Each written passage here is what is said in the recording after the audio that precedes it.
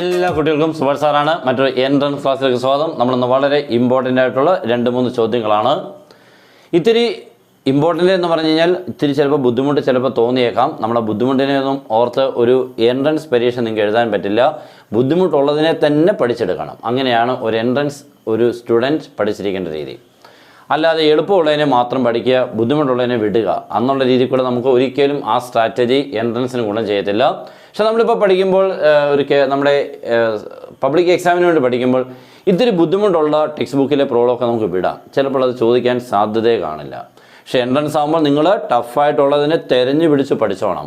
ആ ബുദ്ധിമുട്ട് എന്ന് പറഞ്ഞു കഴിഞ്ഞാൽ പല ചെറിയ ചെറിയ പ്രോബ്ലംസുകൾ ഈസി ആക്കാനുള്ള ഏക വഴി അതാ. നല്ല ടഫുള്ളതിനെ ചെയ്ത് തന്നെ പഠിക്കണം. ഓക്കെ, ഞാനിപ്പോൾ ഈ ചെയ്യാൻ പോകുന്നത് വലിയ ടഫൊന്നും അങ്ങനെയൊന്നുള്ളതല്ല. എന്നാലും ചില റിസൾട്ടുകൾ അറിയാൻ വയ്യാത്തതിൻ്റെ ബുദ്ധിമുട്ട് ചിലപ്പോൾ കണ്ടേക്കാം. ഓക്കെ, അപ്പോൾ നമുക്ക് സ്റ്റാർട്ട് ചെയ്യാം.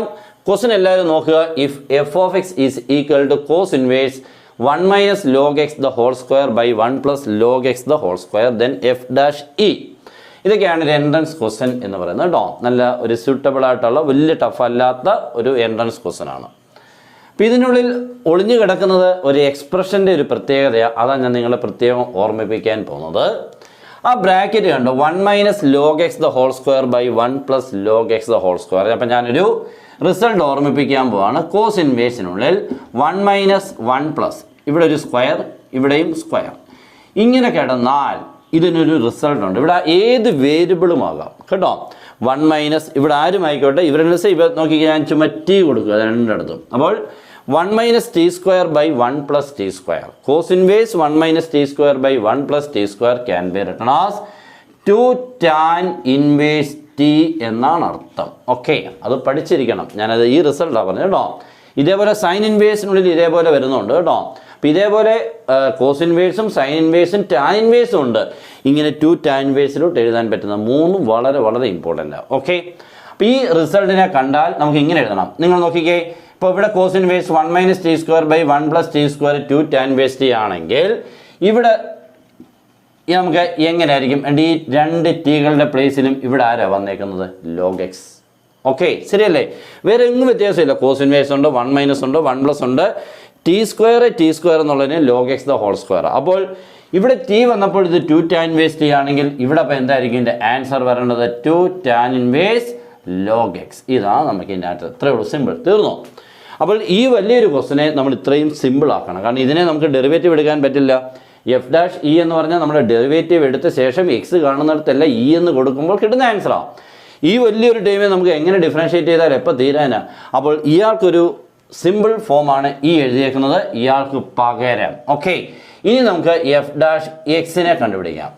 2 ടാൻ ഇൻവേഴ്സ് ലോഗ് എക്സിൻ്റെ ഡെറിവേറ്റീവ്. അപ്പോൾ ആദ്യം നമുക്ക് 2ൽ തുടങ്ങാം. That is 2 into tan inverse log എക്സിൻ്റെ ഡെറിവേറ്റീവ് അറിയണമെങ്കിൽ ടാൻ ഇൻവേഴ്സ് എക്സിൻ്റെ ഡെറിവേറ്റീവ് അറിഞ്ഞിരിക്കണം. ടാൻ ഇൻവേഴ്സ് എക്സിൻ്റെ derivative 1 by 1 plus X square എന്നാണ്. ടാൻ ഇൻവേഴ്സ് എക്സിൻ്റേത് 1 ബൈ 1 പ്ലസ് എക്സ് സ്ക്വയർ. അങ്ങനെയാണെങ്കിൽ ടാൻ ഇൻവേഴ്സ് ലോഗ് എക്സ് ഉണ്ട്. ഈ എക്സിൻ്റെ പ്ലേസിൽ ഇവിടെ ആരാ? ലോഗ് എക്സ് ആണ്. അപ്പോൾ ആൻസർ വരുമ്പോൾ 1 ബൈ 1 പ്ലസ് എക്സ് സ്ക്വയർ എന്നുള്ളതിന് പകരം ഇവിടെ വരുന്നത് ലോഗ് എക്സിൻ്റെ സ്ക്വയർ എന്നാണ്. തീർന്നില്ല, പിന്നെ ലോഗ് എക്സിൻ്റെ ഡെറിവേറ്റീവ് എടുക്കണം, 1 ബൈ എക്സ്. ഓക്കെ, ഇപ്പോൾ നമ്മൾ ഡെറിവേറ്റീവ് എടുത്തു. Next F dash E. F dash E എന്ന് പറഞ്ഞാൽ എന്ത് ചെയ്യണം? എക്സ് കാണുന്നിടത്തെല്ലാം ഇ എന്ന് അങ്ങോട്ട് കൊടുക്കണം. അത്രമേ ഉള്ളൂ, അങ്ങോട്ട് കൊടുക്കാം. That is 2 into 1 by 1 plus log E ഉണ്ട്. ഈ എക്സ് എന്നുള്ള ലോഗ് ഇ എന്നാകുമ്പോൾ log E the whole square into 1 by E. Okay ആണല്ലോ? That is equal 2 into 1 by 1 plus log E. What is log E?